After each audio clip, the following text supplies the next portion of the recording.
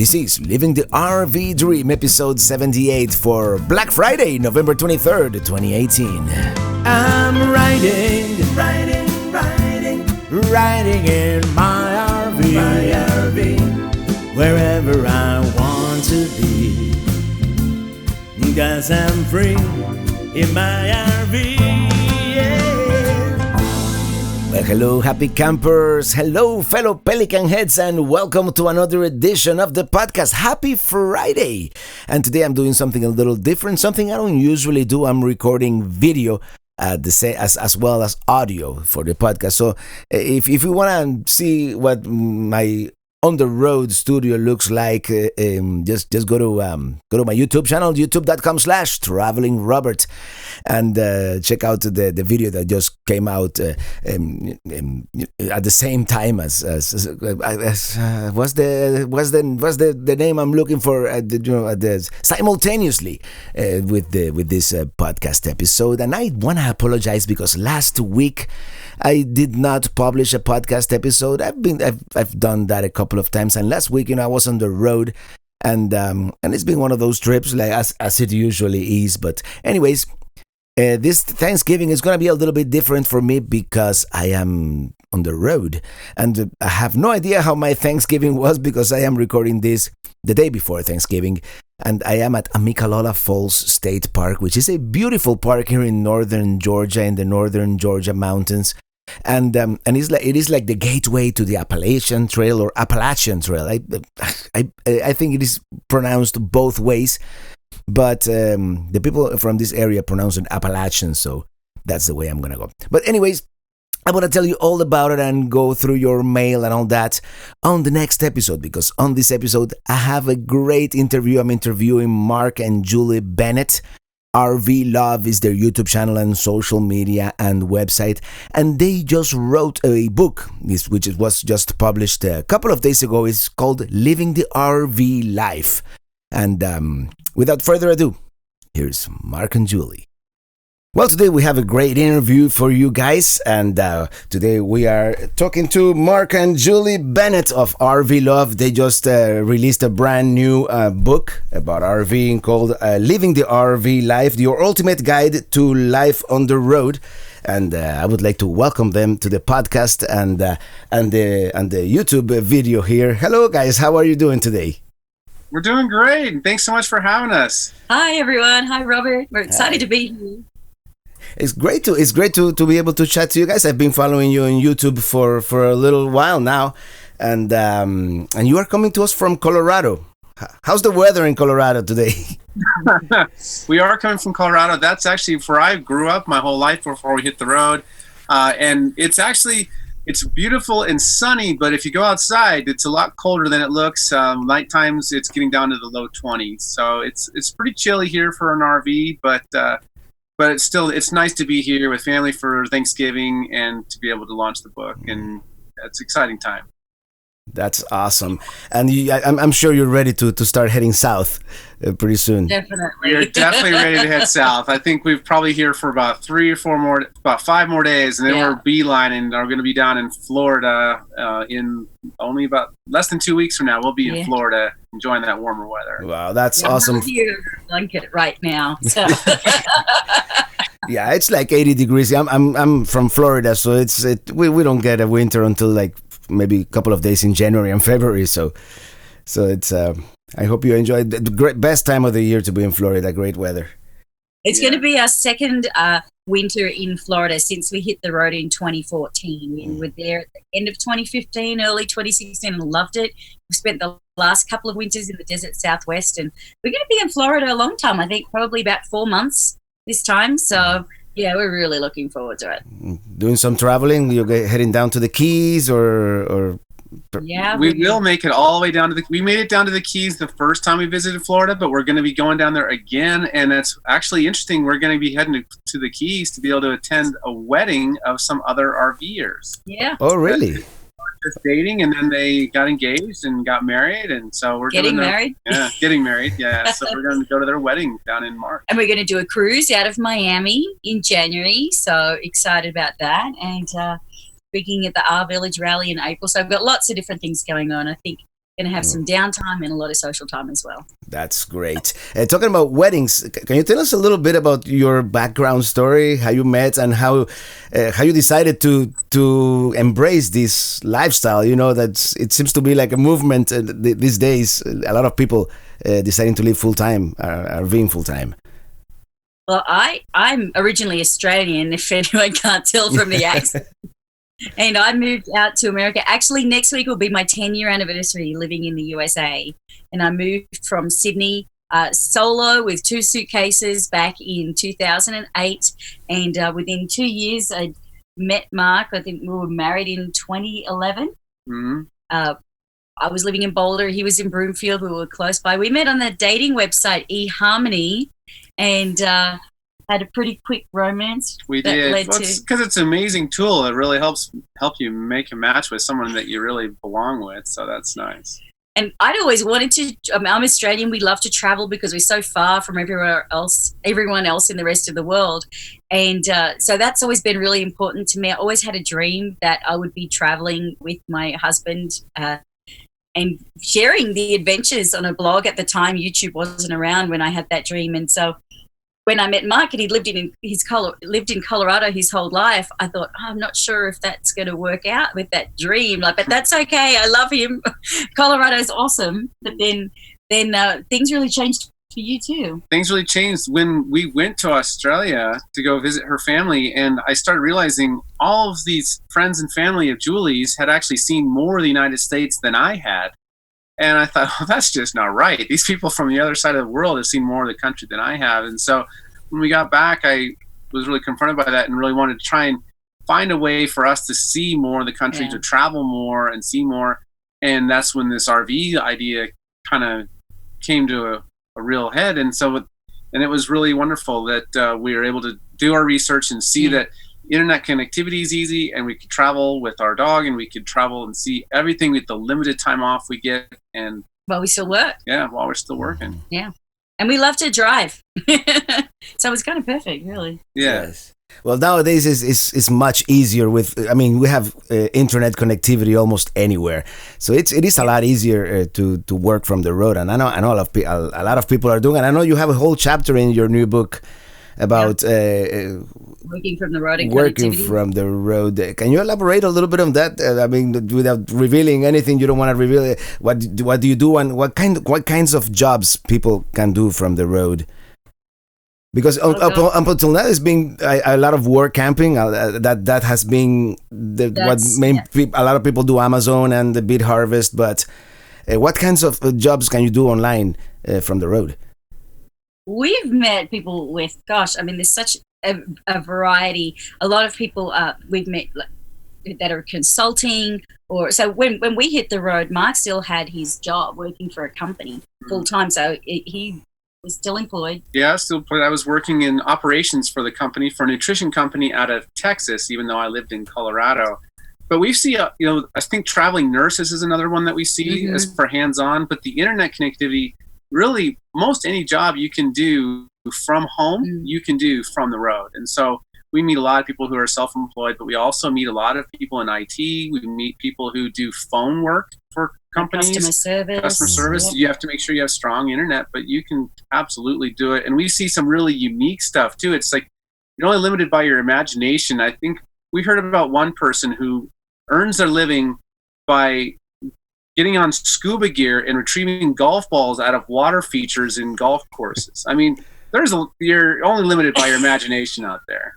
Yeah, with accountants and people in insurance and travel agents and people that create small businesses. We met that guy that had the Muddle Buddy, you remember? It was like a cover for when you're making mojitos, and he was working out of his toy hauler fifth wheel. It's really cool. I mean, we're just always fascinated by the different ways that people find a way to make a living on the road, whether part-time or full-time. We've got some friends that are artists, university professors, that authors, you name it. Well, there's even other jobs like when you're traveling in construction work, you can travel to where the economy is really strong and they're doing a lot of building, or in hospitality, because we follow the weather north and south generally, but so do a lot of the tourists, right? So that opens up a lot of extra jobs needed in those areas in peak seasons. What do you use for connectivity? I mean, we all know campground Wi-Fi cannot be trusted as for the reliability. What are your solutions on this front? Well, it's changed quite a bit over the years, as technology's changed and the plans have changed and our needs have changed. When we first hit the road, we actually started out with just our AT&T cell phones and a Verizon MiFi hotspot through Millennicom, if anyone remembers there. And then we had maybe 6 months and 4 months, 5 months, and they shut that down. We're all scrambling like everyone else to find another solution. But thanks to Chris and Sheree, Technomatia, we got into one of those Verizon unlimited data plans, which we still have today. And that was what Mark used for his work connectivity, because his connectivity was so important for his work. And I'm doing blogging and YouTubing. I couldn't be on the same Wi-Fi as him because it would affect his conference calls too much. So we actually had two. We had a second one. We currently have our cell phones with T-Mobile, and we have a Verizon and an AT&T hotspot. So we've got all the three big carriers right now. That's probably a bit of overkill for most people, but for us, we place such a high value on our connectivity. That's worth it to us. That's probably one of our biggest expenses. If you depend on it, you need to have all of them. Like for example, in Maine, most of Maine has no AT&T, and then you move to. I mean, Verizon is pretty much everywhere, and T-Mobile, it depends. Yeah. But that's why we like having all three, is because even with the T-Mobile, if there's no good T-Mobile, you can still make a phone call over Wi-Fi using the Verizon hotspot. So it gives us coverage a lot of places. It's a little tricky. Yeah, definitely. A lot of places. And talk about different places. Are you more of a boondocking type, or do you like more to be in a campground or RV park? What's your traveling style? Well, we predominantly stay in campgrounds. We have our 1,000 Trails campground membership that we really enjoy. It saves us a ton of money. With the Trails Collection add-on. Yeah, and we have the Trails Collection add-on. So we'll be putting that to use this winter in Florida. Most of the years we've been on the road, we were predominantly in campgrounds, probably 80 to 90% actually. But now our current motorhome is a little bit better equipped for boondocking, and so we are putting a little bit more boondocking, and we have a little bit more flexibility than I used to have with my former job. So we have increased our boondocking a little bit, but we are still predominantly campground. But I think in the year ahead we will do more boondocking, simply because about a few months ago now we had solar installed. We've got 600 amp hours of battle-born lithium batteries, 1,000 watts of solar panels on the roof. The tanks are pretty big. The holding capacities on this coach are really good. It's got an onboard generator, and I think we're just going to. This has been a lot of year with a lot of big projects, so we've actually really worked a lot this year, and being in campgrounds makes it a lot easier because it's another job, taking care of everything with your maintenance. That's been reduced with the lithium batteries. That's definitely made boondocking a lot easier. But I do see us doing more boondocking coming up now that we have a much better system to equip us to do that. What type RV do you guys have, and why did you choose that type of RV? I know you changed recently, right, to this one with the lithium batteries and all that, but. Yeah, we changed earlier this year. We first hit the road with a Tiffin gas motorhome, about a 36-foot long one with 4 slides in those 2012. It was a nice coach, and it really fit our needs very well those first few years. But when Julie and I's work changed, and we also had some other desires that we wanted to switch up, we decided to go to a diesel pusher motorhome, and so we currently have a much older motorhome. We have a 1999 Country Coach Intrigue, 40-foot with 1 slide, and we love it. It's really a great coach, and we did a major renovation on it as well to truly make it our own, and we're looking forward to sharing that content with our audience really soon. Yeah, that'll be our Christmas project, getting all of that content ready to release the episodes. But it's going to surprise a lot of people what we've done to it. A lot of people wouldn't expect, when you walk in, they don't expect this is a 20-year-old coach. But, this had really good bones. It was really good quality. Anyone that knows Country Coach knows that, arguably, one of the best coach makers back in the day before they closed their doors when the recession hit. But, yeah, they make them, they literally don't build them like they used to.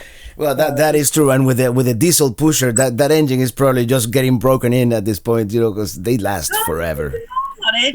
It was already built. It's got over 160,000 miles on it. It's which is unusual. You'll see a lot of used diesel pushers on RV Trader or something, and they'll have like under 10,000, even if they're older, or under 20,000. Yeah, which I think is bad. They're not getting used enough. Right. So. Yeah, it's better to have a diesel engine with higher miles, so you know it's been used. And this has definitely been driven a lot, but it was very lightly lived in and well taken care of, so it was in good condition. So, but it looks very different now. But, being an older coach, I mean, we paid a lot less for it, so I avoided a lot of that big depreciation that you get with a lot of new coaches. But like any RV, she still has her quirks for sure. But when you pay so much less for the coach than you do for some big, having a big coach mortgage or something, the quirks become more of a source of entertainment than anything. Yes.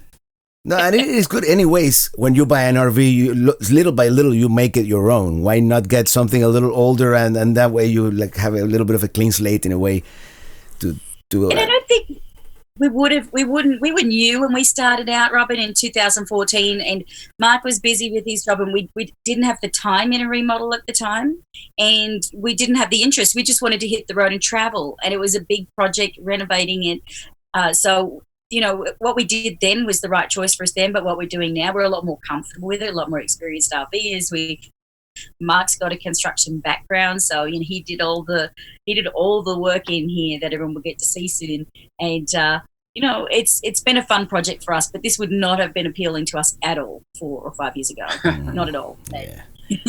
But I know you have a whole chapter in your book also about different types of RVs and the different uses. Can you elaborate a little bit on that? Because I know some people, some people have the toy hauler, some people are full-timing in a casita, in a small travel trailer. So what is your take on that, and what RV fits each lifestyle, I guess? Yeah, well, there is a different RV for everyone. And I think it really comes down to asking your questions about why you're going to be buying an RV. If you're looking to do a full-timing, it's going to drive more decisions. But the vast majority of people that RV are doing it part-time or on weekends and everything like that. And so that weighs heavily on what type of RV you choose. But to your point, we have seen people that full-time in very simple RVs. In fact, we recently met a gal who was full-timing in a little eggshell type camper, but it's so basic, it didn't even have indoor plumbing or anything, and it didn't have water tanks, it didn't have anything. So she's been full-time more than 4 years in that. It was the cutest little camper. It was adorable. Camper. She did a beautiful job on it. But you got to remember, the previous 10 years, she was backpacking. So this little camper is humongous. Where most people that are transitioning to this lifestyle are usually tend to go bigger RVs. But like Peter and John from RV Geeks say, I think it's good advice to try and look at the smallest RV that you feel you can be comfortable with, because some of these big ones become a little challenging especially for brand new RVers. It's interesting to see how many brand new RVers pick 45-foot long fifth wheels and 45-foot long coaches, and it can work out great, and it can be a quick switch. Yeah, we had one of our RV students from we've got an online school, RV Success School, and they bought fifth or 41-foot fifth wheel, and they were exiting a gas station, and just the tail end of that fifth wheel clipped the post, and it took the rear cap off. So with those bigger, it's been repaired. I think it's been taking 2 months to repair it. So that kind of thing can happen. And the bigger the RV, the harder it is to navigate, especially in gas stations. But they are nice, those big RVs. If you're comfortable driving them, they can be very spacious and very enjoyable, and especially like the toy haulers, if you have a lot of really big toys, you're going to have something like that. Or even an office. We've met a lot of people that use the toy hauler for a dedicated office. Our friends Danny and Veronica of RV Outlaws, they keep their motorcycles in the back there, and then when they're set up, the motorcycles go out, and that's his office he works from. She works from the front passenger area, which is what I used to do in our previous coach, and that works out really well. We've met families that use the toy hauler as a bedroom for the kids. So, there's just so many uses for something like that. I think toy haulers don't have as good insulation, of course, for full-time living. So that's a factor. But it's really coming up with that list of what's the most important to you, and what are your must-haves, and what are your can't stands, and really even question your answers on that progressively, because I think it's easy for people leaving a regular stick and brick home to think, well, I have to have a washer dryer. Well, do you really? I mean, we've been 4.5 years without a washer dryer, and I've never once said I wish we had a washer dryer, because what I would have to give up for me is too much. I'd give up my nice big pantry.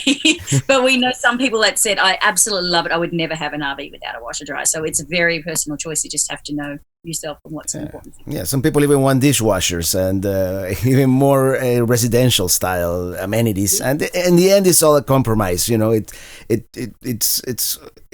only you can only fit so many things in such a small space. You need to understand the trade-offs. You need to understand the trade-offs. Exactly. Everything is a trade-off. And dishwasher's great, but think about it when you have a home. You have to have more dishes and more cups, and because they're all in the dishwasher and they're dirty. So then where are you going to put those? And when you're losing storage space when you have a dishwasher. So, that's a double one. It's a double whammy, that one. So it all sounds nice, but until you've actually been living in an RV for a while, it's very difficult to know exactly what's important to you. If you're a newbie going out and spending a lot of money on a brand new RV, that's a big, big risk, really. In our opinion, if you haven't done RVing before, you don't really know what's going to work for you. You might be better off starting with something used, less expensive, to reduce that financial hit. And so it's because you are going to want to change your RV in the first couple of years. We were lucky that we went nearly 4 years with our coach. But we did a lot of research and we were very clear on and it worked out great for us. I think the only thing with our coach, that last one, that I think we wish was different, if we wished it had more weight carrying capacity. And that would be the one thing. We got by, but we like having some extra weight carrying capacity. Well, the diesel usually does that, so now you're set. Out of all these people you've met on the road, any stories that strike you as particularly unique? Because I know you've met a lot of people on the road, and you have a few interviews here on your book as well. There's so many unique stories. There's so many ways to approach it, but I think one of the ones that sticks in my mind was we met this couple, and this guy had hit the road. He had a super stressful job. He ran a think tank for all the space programs, and was NASA was a half billionaire or something, super wealthy person. But his stress was so much that he got a diagnosis that he only had a few months to live. And he was in his 50s. And so he decided to leave that and just started spending his money and giving it all away. And then Ian started health improving, and then he bought an RV and then met a young wife. Bought a health farm to basically spend the rest of his days on. And this woman came out from Switzerland, and she was like his massage therapist, and he just started getting his health back just without all that stress, and ended up marrying his massage therapist, and now they're traveling in a new Dutch Star and having a great time. And he was very entertaining. He was like crazy smart guy, like very like real brilliant. It's fascinating though, because you see that spectrum, and then you see people who live on only $1,500 a month, and they live very frugally, and they live in a van, and they have their own reasons for doing it, and it's just a super joyful life for them, and it's wonderful. I just love the variety. That's one of my favorite things about it. Yeah, I know you have a chapter on finances, and some people sometimes ask me, how much does it cost to RV? And I'm sure it can cost as little or as much as you can spend. I mean, that's my opinion. What's your take on that? I think, that is a question we get asked a lot after how to get your mail. Yeah. And I think it can get frustrating for some people. And it was frustrating for us when we asked the same questions, and it was hard to get an exact answer because, as you say, it's like saying, well, how much does it cost you to live in a house? Well, what city do you live in? How big is your house? What's the standard of living? Everyone has a different standard of living that's comfortable for you. And so you have to factor that in when you move from a home into an RV. You're going to want the same kind of standard of living that feels comfortable for you. So what we find is that, generally speaking, it's what we've found, speaking to a lot of other full-time RVs, it costs around about the same as what it costs to live in a regular home. The reason for that is we tend to choose things that are in line with what our values are in terms of what our standard of living is. And I don't think many of us really go out there and make choices that are ending up spending a lot less than what we already do in life. It's just human nature. It's like having an empty cupboard. Pretty soon you'll fill it up with stuff. So you have a certain amount of income coming in. You'll end up directing that to things that are of high value to you in your life. I do think that also depends on your reason why you're going to be RVing, though. If you're retired, you're financially independent, you've been saving your whole lives, and now you want to just spend and enjoy, then you're going to be very different than someone who's trying to make a living off of the road and living more frugally and get ahead and save for that day for retirement. So your why that you're hitting it, I think, is a huge part of how much it or how little it costs. But I think for people that are looking for a number to hold on to, I would say generally between $2,500 and $3,500 a month is completely doable for most people. You can find a way to still live very comfortably. And again, it's just, are you buying a newer RV or an older RV? That's, are you buying one that is more, excuse me, mechanically sound, or have you done things to mitigate unexpected financial situations, like taking out the appropriate roadside assistance, having the right kind of insurance, having an extended service contract? They're the kinds of things that if you don't have in place, that can really hit you with a big bill if you have a breakdown. We just broke down in Amarillo on the way up to Colorado a couple of weeks ago. It wasn't anything too serious. It was a coolant hose that burst, but you got to get in there to the engine, and it was just a hose, but the labor cost of that. So we're just like, replace anything you can while you're in there that you can see, because the labor is the biggest expense. But that roadside assistance, we were covered. That the tow was covered. The repair itself wasn't covered, but our out-of-pocket expenses, we had 2 nights in a hotel and meals, and that was covered. So that would have been an extra $2,000 out of pocket if we hadn't had the appropriate roadside assistance to cover us with that. And of course, if you have a coach where the breakdown situation is covered by an extended service contract, that's going to help cover you as well. We meet a lot of people out there that don't think about the financial risk they're taking by not really planning for that. We just go out thinking everything's going to be great, and we're optimists, but we also know that everything's not going to be great if you get hit with an unexpected $3,000 bill and you don't have that. It's not a matter of if, but when. It's going to happen. One day you're going to break down on the side of the road, and of course you need to be prepared. Absolutely. And talking about those things, insurance, and I'm sure you had to choose a state of residency and that kind of thing, because legally, in order to vote or in order to receive mail, how have you dealt with that? Well, when we very first hit the road, we were having a family member. We just forwarded our mail to a family member in Colorado. But about 6 months into it, we realized, wow, we really love this lifestyle. We're going to do this for the long term. Let's make a more permanent decision. Choose a state for domicile that's going to be very friendly to the mobile lifestyle.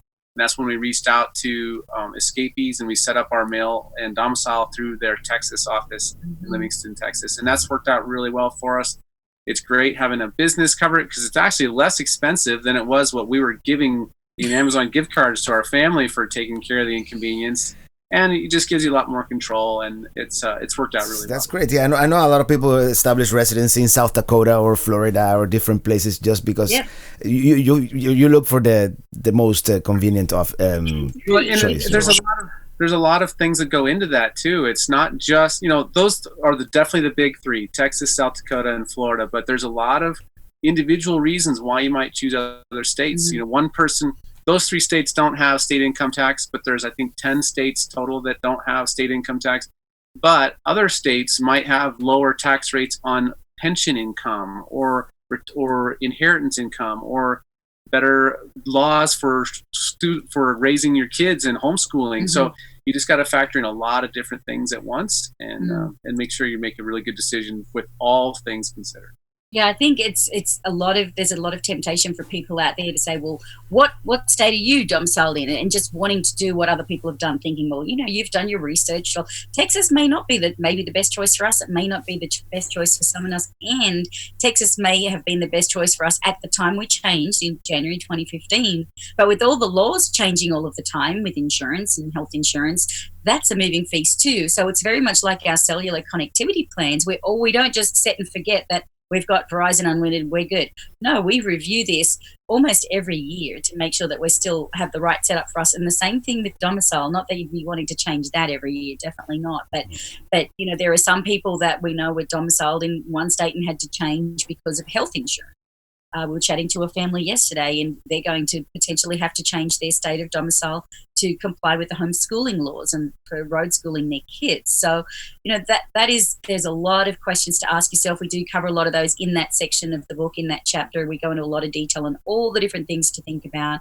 I think Mark mentioned taxes like inheritance taxes, things like that. So, it's very much an individual choice, like healthcare and connectivity and domicile and choosing the right RV. All of those are such individual choices, and there's no one size fits all. And I think if people have the information and the understanding of what's important and what's important for their situation, then it empowers them to be more discerning when they're making their choices and not just doing what they've seen someone else has done and assume that that's the best way, because what's right for one might not be right for the other. We were chatting to Let's Jump More Journey yesterday on a live call, and they said that a family got really inspired by them and sold everything, hit the road, bought an Airstream, and ended up emailing them and saying, yeah, we got inspired by you guys. We went and did what you did. We went and bought an Airstream, hit the road, and we hated it. So, there's no guarantees out there, but it's just really interesting that a lot of people will just go and copy what other people are doing, but it may not be right for you. You have to ask the questions about what is right for you, and that is definitely what we've aimed to do throughout the entire book, is just to really guide people through that and empower them with the knowledge that they can make the right decisions for them. Yeah, and definitely, I'm going to show the book on camera here one more time, because it is a beautiful book, by the way. Great job. And you have a lot of illustrations and pictures. And I've read many RVing books before, as I was doing the research 5, 6, 7, 8 years ago. And I mean, besides the obvious, that is a beautiful book and very, very complete. What do you think sets your book apart from the previous ones? Well, Mark in particular had read a lot of RVing books, and in fact he read John's book, John Hagen's book, which is a resource. We read Technomadia's book on mobile connectivity and going nomadic, and all kinds of books out there. We'd always wanted to write a book and publish it this year, and so when we got believe it or not, we got an email out of the blue in January from the publisher, Adams Media. They're a division of Simon & Schuster, completely out of the blue, saying, look, we see RVing as a hot trend. We've been researching all of the books out there. We're looking for something that will speak to everyone from millennials to retirees and in between, because there weren't any that spoke to all of those demographics. It's very difficult to speak to all of those demographics because they practically speak different languages. So trying to speak to everybody, you'll see a lot of the news reports now, millennials are driving the RV market. Well, yes, but we're seeing a lot of baby boomers are retiring at the rate of turning 65, I should say, at the rate of 10,000 a day, and that'll be, I believe, 18,000 a day by 2022, something like that. So we see them driving a different end of the market, but both of them are definitely driving the RV market, including in between professionals like working like us and families that have got connectivity and can do this. So they said the publisher said there's no book that really speaks to everyone, and we want something that really blends the aspirational with the practical, that explains what is the RV lifestyle about to somebody that really doesn't understand or may not have heard it before or may have heard a little bit but doesn't really get it. They don't understand what it is, different to weekend camping.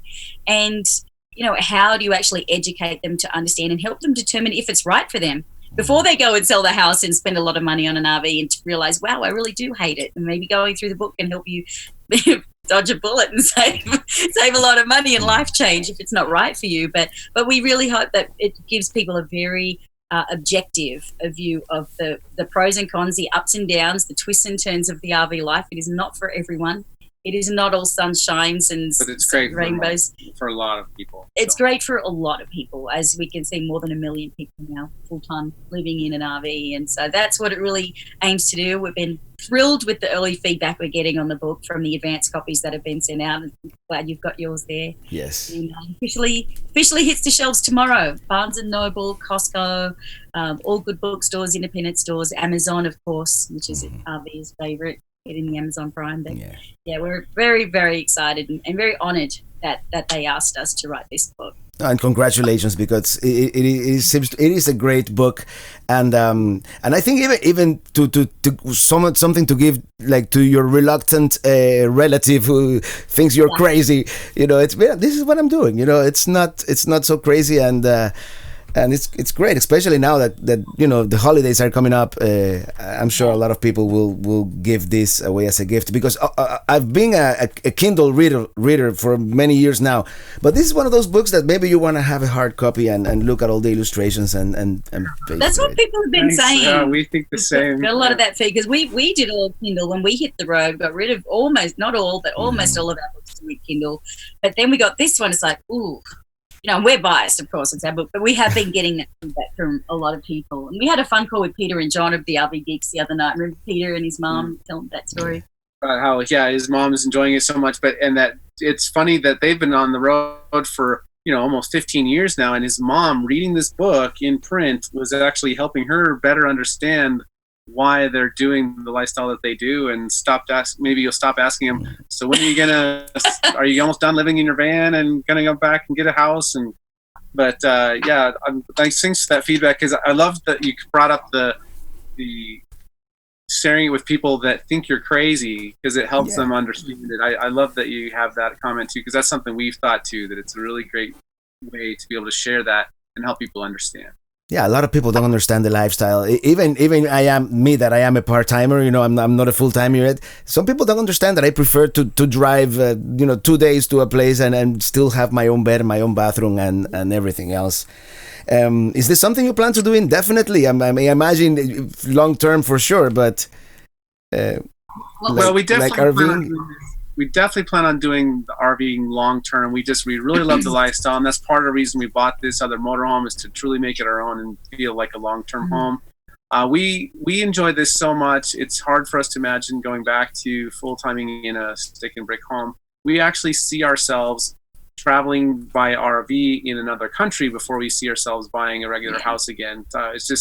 It's just such a free and enjoyable life, and you're bored. 3 weeks in one place, I'd be so itchy and like, I'm so bored, I need to go somewhere. And we find that when we stay in a place too long, like sometimes we'll spend 3 or 4 weeks, which is nice to settle down and catch your breath, and especially if you're working on big projects, which we've done a lot of the last year and a half. But just to be able to get up and get the wheels moving again. And we just love driving. We love seeing the highway open out ahead of us and changing views, and it's really hard to beat. What's your favorite place, if that's even a fair question? Because I know I'm sure you've been to so many places, but what would be like that one place that you say, yeah, this was worth it? That is always a very difficult, challenging question, because you see so much of the beautiful country, and you see it at its peak season, because you're always following the weather. But I think one that stands out for me is Zion National Park, and the reason for that is because we were on this big national park tour a few summers ago, and we literally said, I don't know if I can take in any more beauty. I'm just so on overload after seeing all these amazing places. And then we went to Zion, and we came in from the east through the tunnel, and you came out, and maybe the light was just perfect, but we came through that tunnel and were so blown away by it. We actually pulled over and just had to stop, and it was just amazing. So to me, that's probably my favorite. To still have that impact on me after feeling overloaded with beauty was pretty powerful. And of course, on the cover of the book, Sedona, we always love Sedona as well. Yeah, this is Sedona. Sedona is beautiful. Yeah, Mark took that shot with a drone. Yeah, just out in the middle of nowhere. It was so funny, Robert, because we were where we were nestled in. It was like right on an ATV track, but most of the ATVs drove that road from another direction. So they'd come out of nowhere, and then they'd come up, and suddenly there's this big Class A motorhome past there, and they're like, how did you get here? Because they didn't realize we came in at the other end of the road. It was pretty funny. It was funny. We got a few shocked faces there. You guys mentioned international travel eventually. Have you gone north or south of the border yet? We've only gone via foot down into Mexico, but we have for dental. Yeah, we've gone to Los Algodones a couple times, but we have gone into Canada a couple times with the RV now. So that's been great. And we have traveled to Australia, but not with the RV, but we were working remotely for a month. Oh, that would be a dream of mine. Just spend a couple of months in Australia with an RV and just travel all around. Have you thought about doing that someday?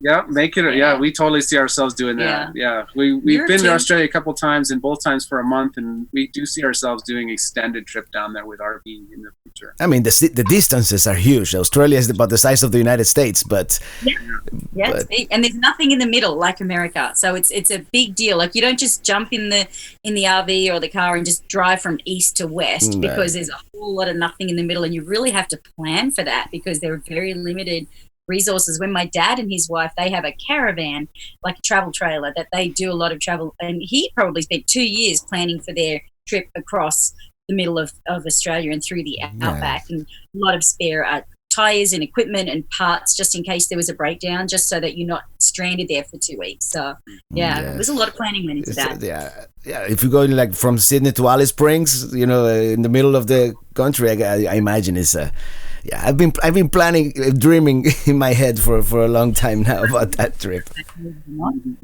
All right, but it's been great chatting with you guys. I had a bunch of other questions, but I think we've covered most of it. It's a great book. I wanted to talk about that the RV Nomads movie as well, really briefly.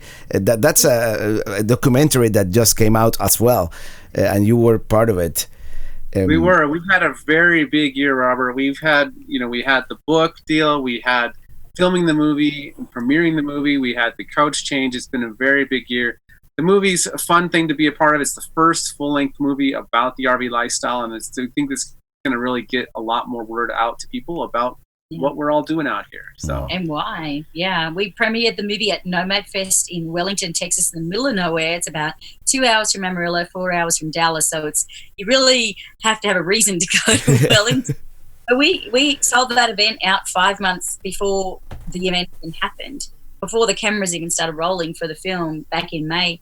And it was a great event. It was a really great time. We had, an RV show there with National Indoor RV. We had RVs, we had potlucks, we had barbecues and concerts, and the premiere of the movie on this Saturday night. And it was pretty electric feeling, actually, just being in a theater. It was a beautiful historic theater. But that movie's available to stream now for free for anyone that's interested. It's go to rvnomadsthemovie.com and it'll take you through to what you need to do to be able to watch that for free. But be really interested to hear what people think about it. It's going to open a lot of eyes to the way that a lot of us live. And I think what's really funny is RVing seems to be hitting a mainstream now. I don't know if you saw, Robert, on Saturday Night Live did a skit called RV Life on Saturday night. Did you see that? No, and I didn't get a chance to see it, no.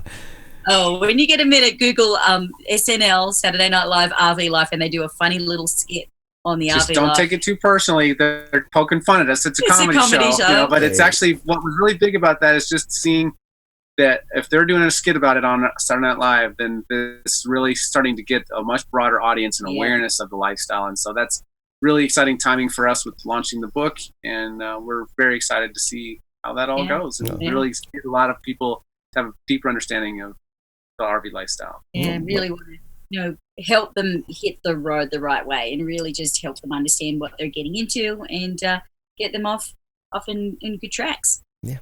All right, great. Thank you so much for being here on the podcast and on my YouTube channel. Where can people find you online if they wanna see your other content? Well, the best place to find us is at rvlove.com.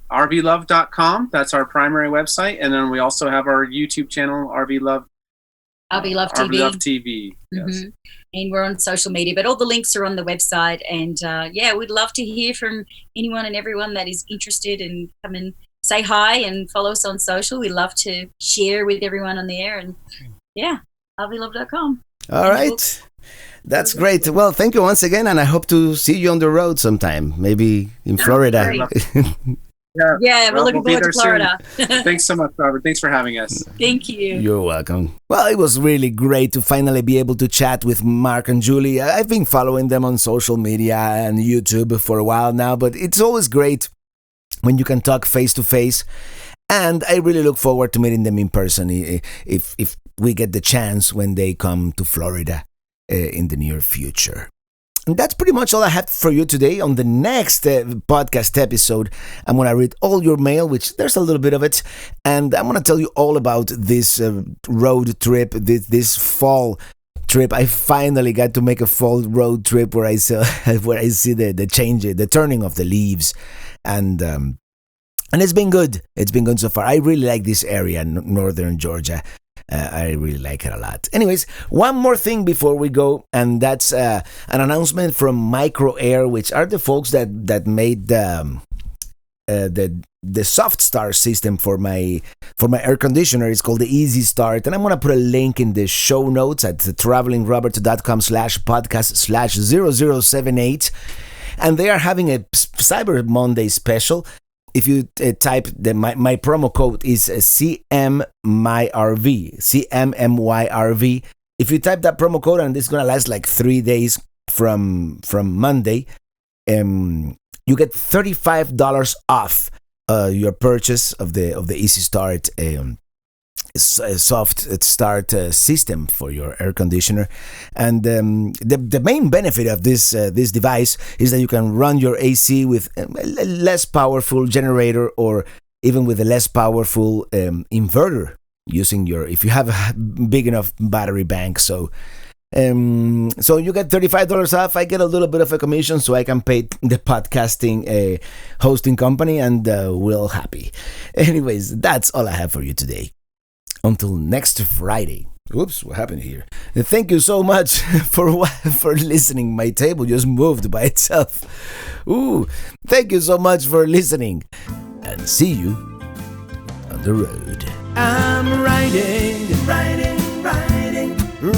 in my RV, wherever I want to be, 'cause I'm free in my RV.